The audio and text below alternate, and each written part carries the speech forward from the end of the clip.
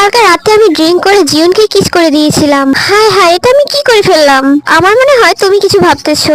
আমাদের ফ্যামিলির কিছু নিয়ম রয়েছে, যে আমাকে প্রথম কিস করবে তাকেই আমার বিয়ে করতে হবে। হ্যাঁ, কি বলো? তাহলে তো আরো একবার কিস করা যায়। তারপর আমি জিয়নকে বিয়ে করে ওর বাসায় চলে গেলাম। তুই তো এখন জিয়নের বউ হয়ে গেলি। তুই তো অনেক গরিব ছিলি, তোর তো এখন কপাল খুলে গেছে। তুই তো এখন কোটিপতির বউ হয়ে গেলি। তোর তো কুত্তার রুটিও জোটে না, তুই তো আমার থেকেও গরিব। ম্যাম, আপনাকে বাইরে ডাকে।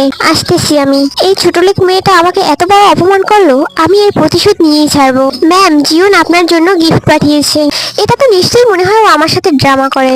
দেখি ও আমাকে কি গিফট দেয়। ওয়াও, জিয়ন আমার জন্য গিফট পাঠিয়েছে। হ্যালো, এই গিফটটা আমার কাজিন আমাকে দিয়েছে, এটা আমাকে দিন। এটা কি তোমার গিফট? তোমার কি এটার জন্য হিংসা হচ্ছে? আজকে তো শুধু গিফটটা নিলাম, আর কিছুদিন অপেক্ষা করো, জিয়নকেও আমার করে নেব। তারপর আর তোমার কোনো রাস্তা থাকবে। এ তো অনেক বড় বড় কথা বলে, দেখি ও কি করে। ফ্রেন্ডস, পরের বার দেখার জন্য চ্যানেলটি সাবস্ক্রাইব করে রাখো।